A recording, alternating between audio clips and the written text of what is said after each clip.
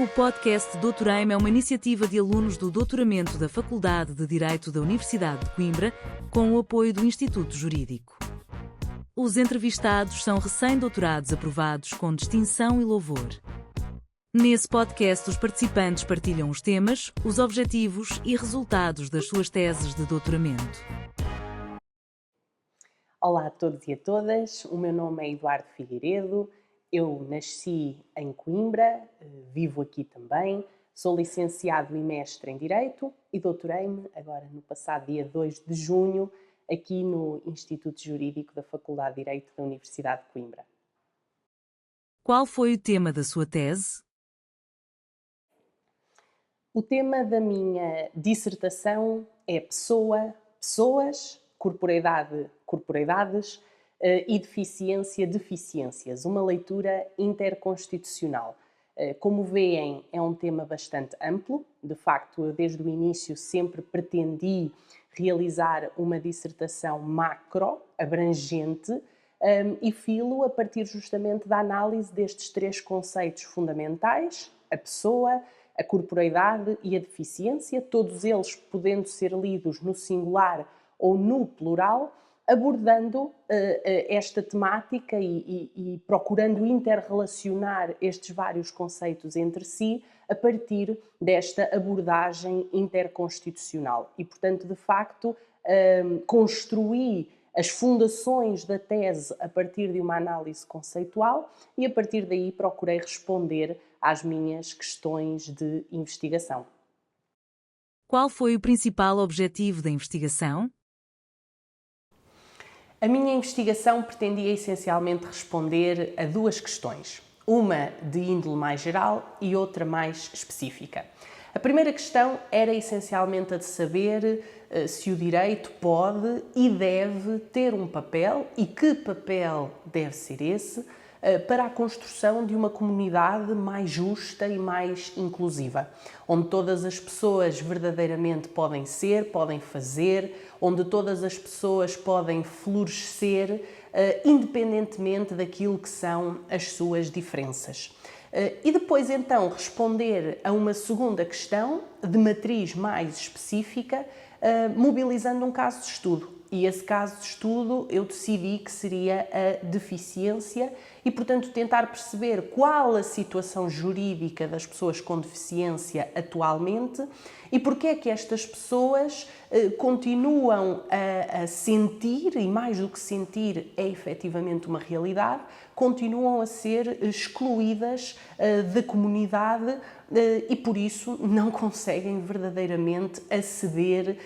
àquilo que são as suas posições fundamentais, exercer os seus direitos, as suas liberdades em condições de igualdade com os demais. E, portanto, como podem ver, nesta primeira questão, podemos dizer que é uma questão essencialmente de fundo, que me obrigou a analisar qual o sentido do direito e como é que nós podemos verdadeiramente assegurar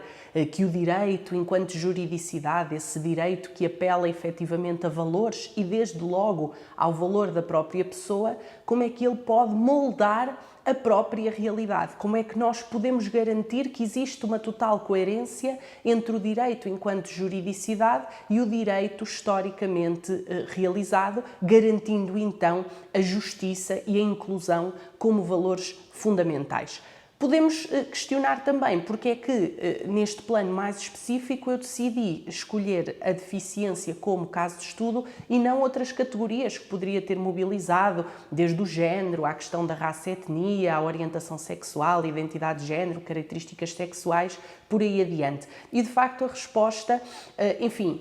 várias razões contribuíram para isso, mas eu diria que a principal, aquela que mais me chamou a atenção, é que muitas das vezes a questão da deficiência é secundarizada. As pessoas com deficiência são invisibilizadas, as suas vozes são silenciadas e, portanto, era preciso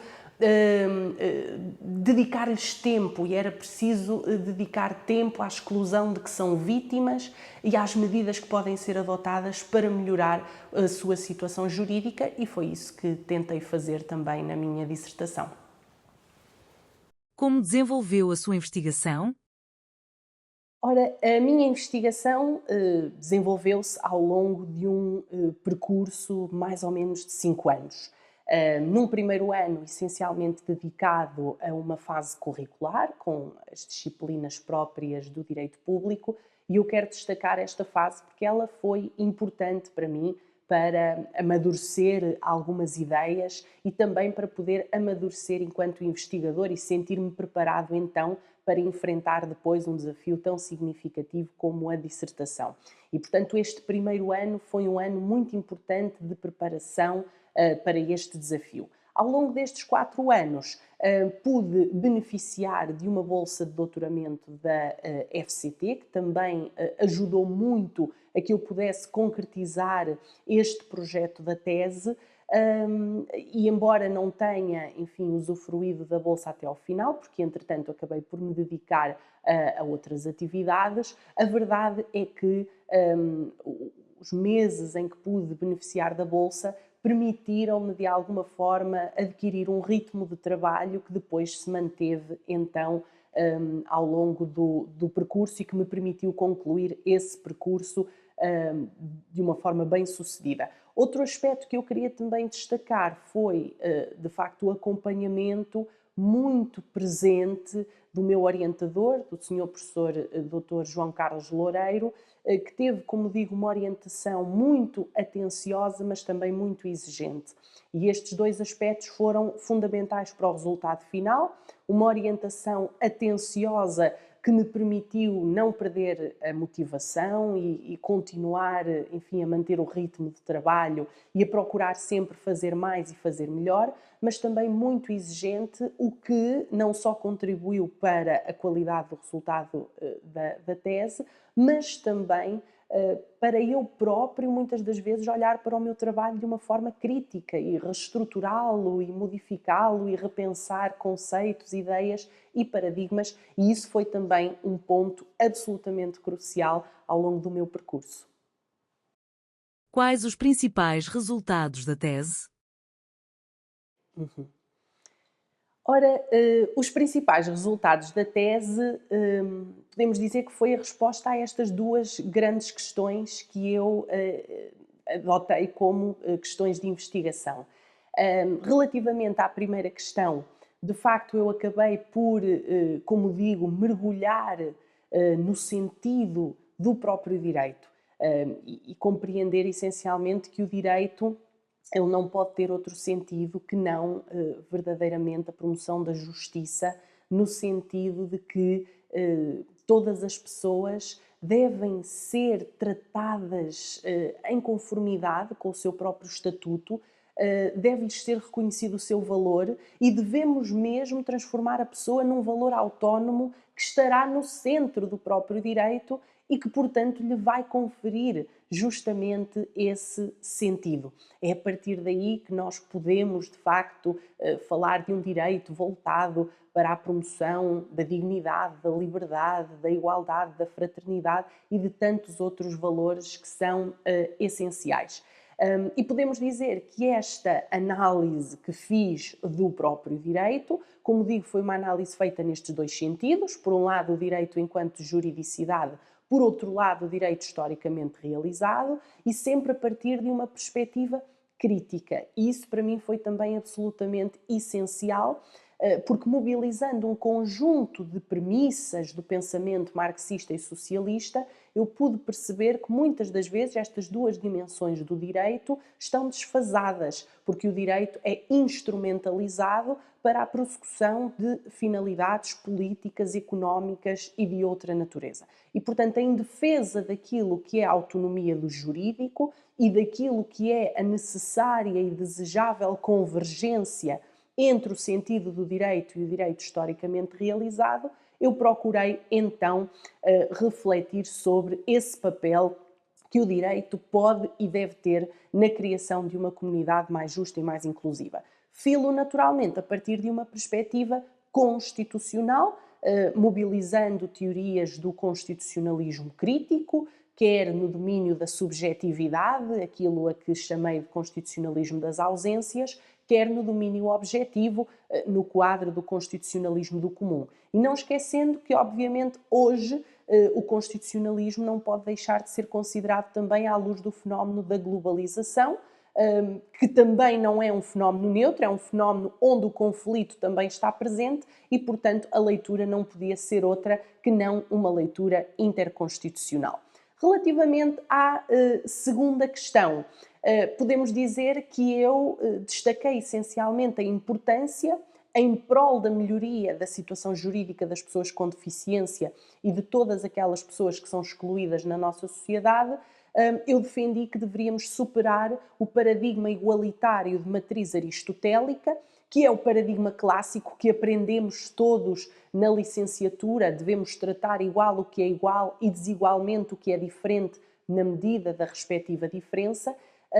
E, a meu ver, é preciso reconhecer as insuficiências crónicas deste mesmo paradigma, que desde logo surgem porque nós não podemos tratar a desigualdade e a diferença como se fossem sinónimos. É preciso perceber que a diferença é uma condição constitutiva da pessoa, é a diferença que verdadeiramente acaba também por conferir valor à pessoa, tornando-a um ser único, um ser irrepetível e, nessa medida, um ser com um valor que é imensurável. E a desigualdade, por sua vez, ela não é natural, ela é construída e ela é construída não em termos horizontais, mas verticais, assimétricos, no quadro de um conjunto de relações de poder e dominação que vão acabar por subjugar e assim excluir determinados sujeitos sempre que estes se afastem da norma, daquilo a que muitos chamam a normalidade. Tudo isto com efeitos muito perversos, como, por exemplo, um direito, nomeadamente no que diz respeito à igualdade e não discriminação, pensado a partir de categorias, sendo que ao mobilizarmos essas categorias, na verdade estamos a aceitá-las de uma maneira verdadeiramente acrítica e, portanto, estamos a aceitar uma certa maneira de ver a realidade que é profundamente violenta e, por outro lado, estamos também a exigir de todos os sujeitos que se inserem dentro dessas mesmas categorias determinadas identidades e determinados comportamentos. E, portanto,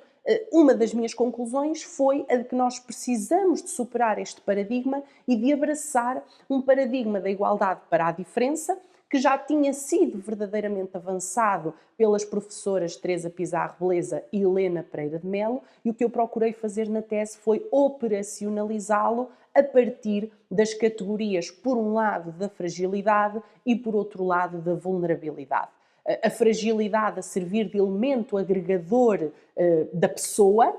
todas as pessoas são frágeis e é isso que lhes confere valor e a sua intrínseca dignidade, mas depois a especificação levada a cabo por via da categoria da vulnerabilidade, ou seja, o reconhecimento de que nem todas as pessoas são vulneráveis da mesma forma, com a mesma intensidade, no mesmo sentido. E a vulnerabilidade é, portanto, um elemento fundamental,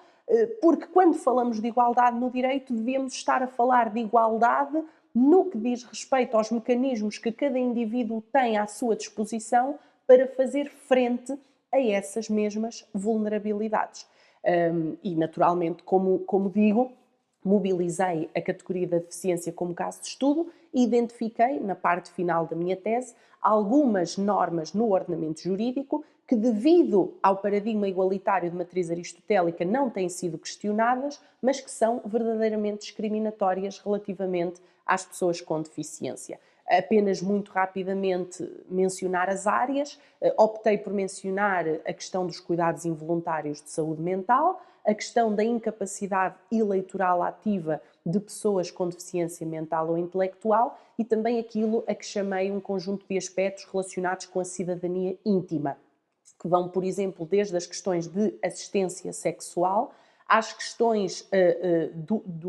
dos impedimentos no domínio matrimonial ou mesmo à esterilização forçada de pessoas com deficiência mental ou intelectual, como digo, concluindo sempre que em todas estas normas encontramos